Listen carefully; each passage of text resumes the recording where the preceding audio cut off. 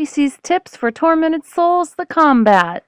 If you don't want to know about the creatures that appear in this game, the boss fights, how best to deal with the combat and these creatures, now's the time to back out. When I first played Tormented Souls, I was following Silent Hill rules of avoid the little minions and saving your items for boss fights. The problem is these creatures projectile vomit on you, and they slash you up with their knives. And leaving them around everywhere can cause you to come back to a location, and when you go back through the door, they're waiting to slash you up, and they end up draining so much of your health, it becomes so frustrating to run away from them. These creatures are actually the second creatures you meet in the game, and they're actually one of the hardest to deal with because they projectile vomit and they slash you up with their blades. So I was talking to my friend, who was also my Dark Souls mentor, about playing this game and how I was following Silent Hill rules. And he was like, nah, there's only one boss fight you have to deal with at the end, so you can just kill everything. It'll be fine. So I went around on a killing spree, just slaughtering any creature in my path. But the problem with that is you get really hurting for ammo.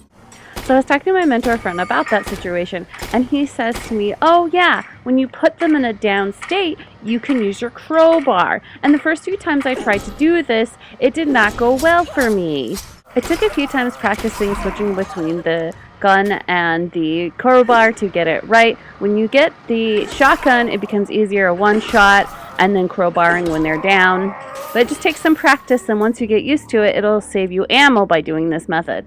There's going to be creatures that are hanging on the wall and they'll slash you if you try to walk by them. I was stupid and I was using my nail guns against them, and then I discovered, oh, if I use my crowbar on them, it'll save my ammo, because they literally won't fight back as long as you don't try to go past them. So oddly enough, the creatures get easier as the game goes along, because eventually you'll come across a creature that you actually can't hurt, but he's the easiest thing to deal with because you literally leave the room and come back and he's completely gone. So you just listen for his music, you look for him, and just leave and come back. He's literally the easiest thing to deal with, and he's easy to dodge. So narrow corridors where the monsters block the way, you should definitely kill them. Or if it's going to be a common area where you're going to be going back and forth a lot, you definitely want to kill them then.